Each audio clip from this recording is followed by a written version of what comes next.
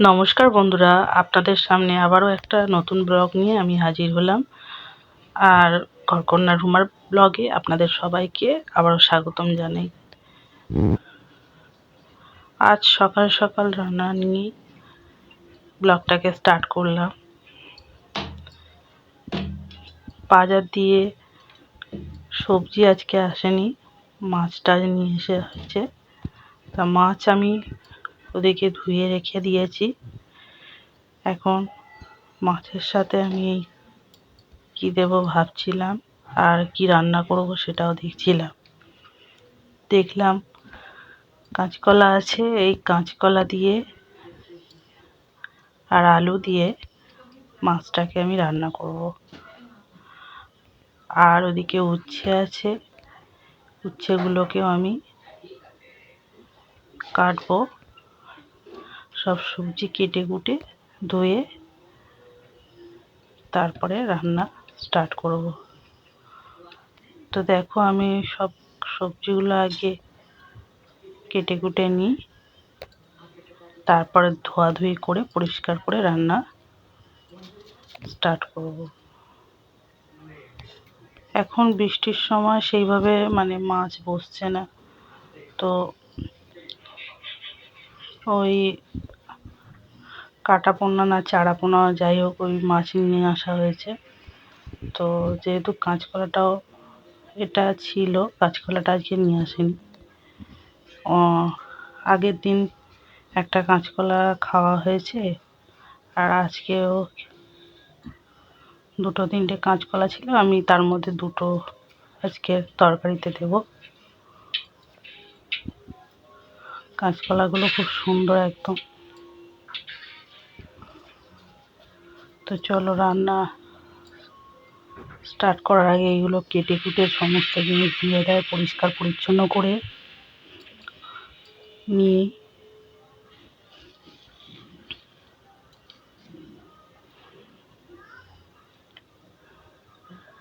কাঁচকলাগুলোকে আমি এই লম্বা লম্বা আলুর মতো এইভাবে কেটে, দেখো এইভাবে কেটে নিচ্ছি। আর শুধু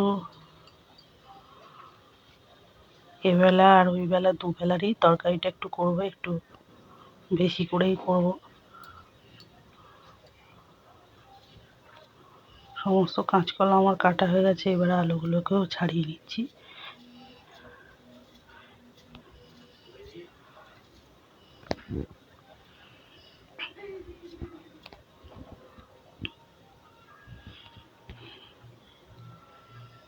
দেখো এইভাবে কেটে নেব।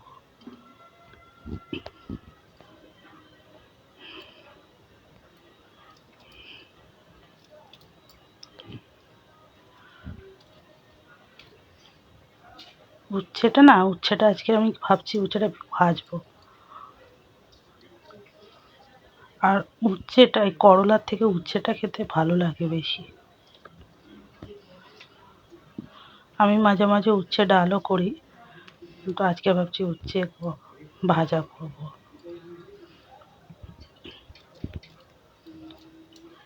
আর কি বলতো, এই যে বৃষ্টি পড়েছে না, এই বৃষ্টির জন্য খুব একটা বেশি রান্না করছি না, ওই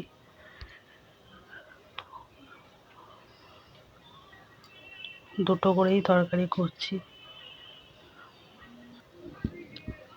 এত বৃষ্টিতে বাজার হাট বেশি বসছেও না।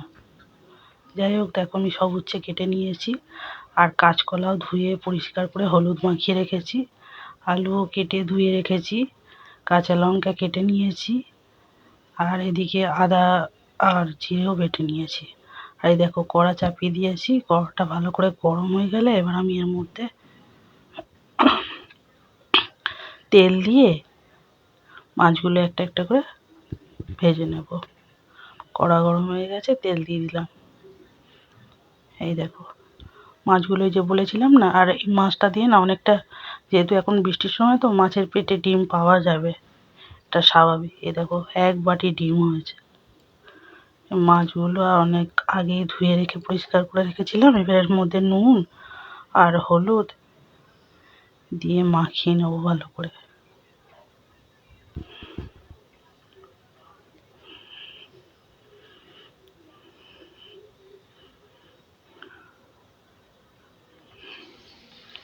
আর ওদিকে দেখো আবার বৃষ্টি, সকালবেলার দিকে ঝিরিঝিরি বৃষ্টি হচ্ছিল, আবার এখন এই দেখো বৃষ্টি হচ্ছে।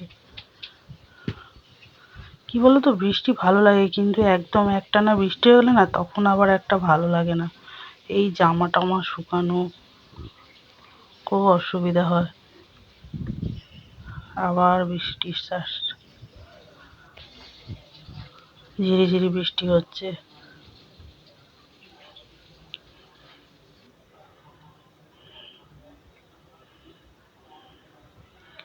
যাই হোক, আমার কড়া তেল গরম হয়ে গেছে, এবার আমি মাছগুলোকে ভেজে নেব।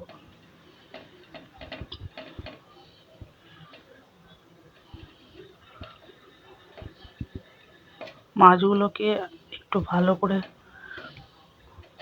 না ভাজলে তরকারিটা আবার ভালো লাগবে না খেতে। তরকারির মধ্যে তুমি অল্প তেল দিয়ে রান্না করতে পারো, কিন্তু মাছ ভাজা একটু ভালো করে যদি না তেল দিয়ে মানে কড়কড়ে করে ভাজো তো একদম ভালো লাগে না।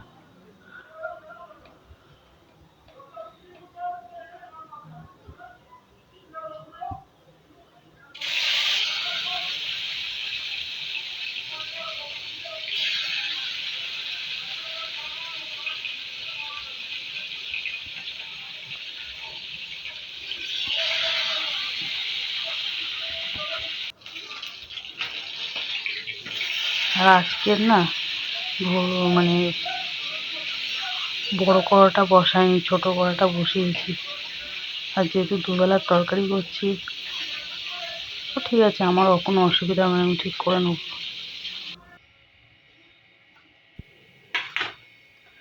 তো দেখো আমার মাছ ভাজা হয়ে গেছে, এবার কড়া বসিয়ে দিয়ে আবার একটু তেল দিয়ে দিয়েছি। তেলটা গরম হয়ে গেছে, এবার আমি উচ্ছেটাও কড়ার মধ্যে দিয়ে দিলাম।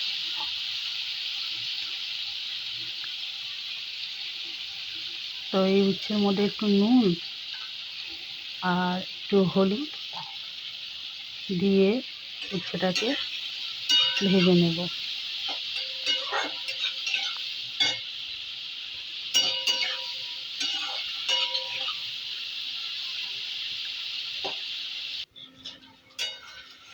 তো দেখো উচ্ছে ভাজা হয়ে গেছে, উচ্ছে ভাজাটা নামিয়ে নিয়েছি।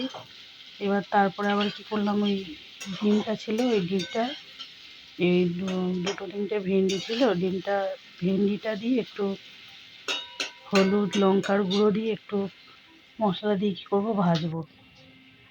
তো ডিমটাও আমার ভেজে তোলা হয়ে গেছে, এবার আমি আবার নতুন করে কড়ায় তেল দিয়েছি। এই তেল দিয়ে এবার কড়ার তেলটা যেই গরম হয়ে গেছে, আমি কলা আর আলুটা দিয়ে কী করবো, অল্প একটু হলুদ দিয়ে হালকা করে ভেজে নেব। তো দেখো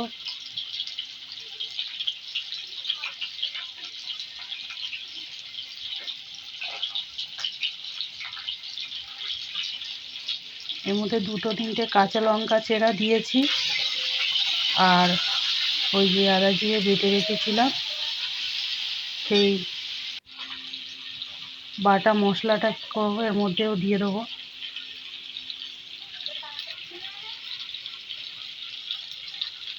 এই যে বাটা মশলাটা দিয়ে দিলাম।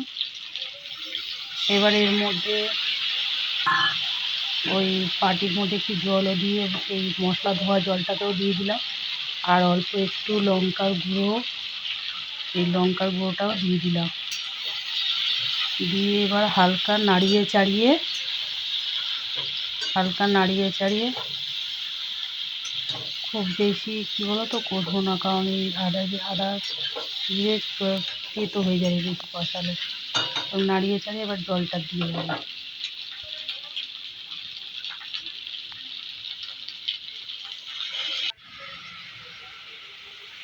তো পরিমাণ মতন জল দেব, জল দিয়ে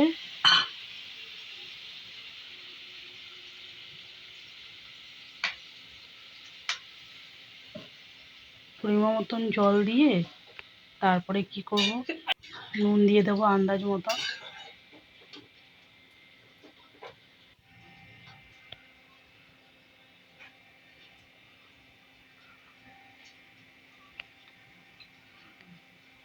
তো দেখো নুন দেওয়া হয়ে গেছে, জলও দিয়ে দিয়েছি।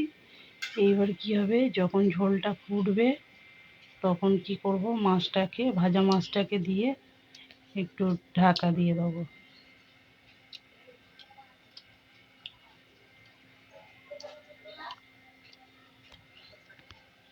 এই যে ঝোল ফুটে গেছে, এবার আমি মাছগুলোকে দিয়ে দিচ্ছি। ঝোল ফুটে গেছে, এবার আমি মাছগুলোকে দিয়ে তারপরে ঢাকা দিয়ে দেবো।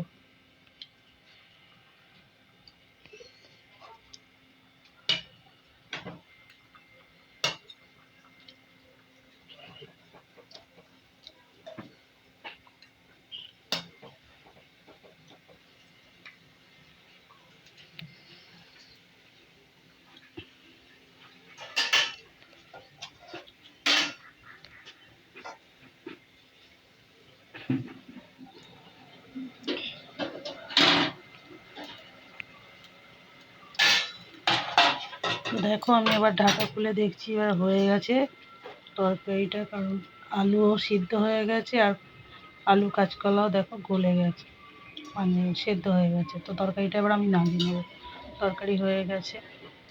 এবার চলো তোমাদের আমি আবার প্রথম থেকে একবার দেখাই যে আমি কি কি রান্না করেছি।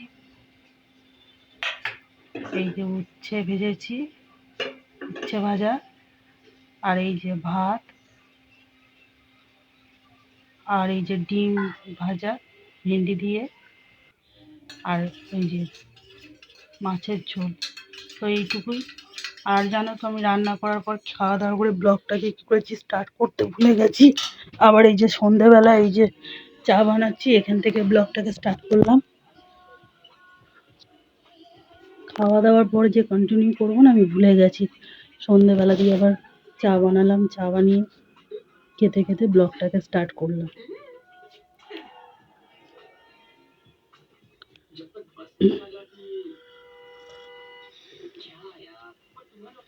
কি বলতো, একটা ব্লগের মধ্যে সব কিছু দেখানো সম্ভব না। তো আমি করতে করতে একটু ভুলেও গেছি, গিয়ে তারপরে খাওয়া দাওয়া করে যে স্টার্ট করব সেটা আমার একদমই মনে ছিল না। যাই হোক, সন্ধেবেলা দিয়ে আবার এটা আমি তোমাদের সঙ্গে শেয়ার করছি। আমি দেখো আমি একটা চশমা কিনেছিলাম, এটা একটা স্টাইলের জন্য, কোনো আমার চোখ খারাপ হয়নি। তো সেটা দেখাচ্ছি একটু পরে। দেখো তোমার কেমন কেমন লাগছে, আন্টি আন্টি লাগছে না?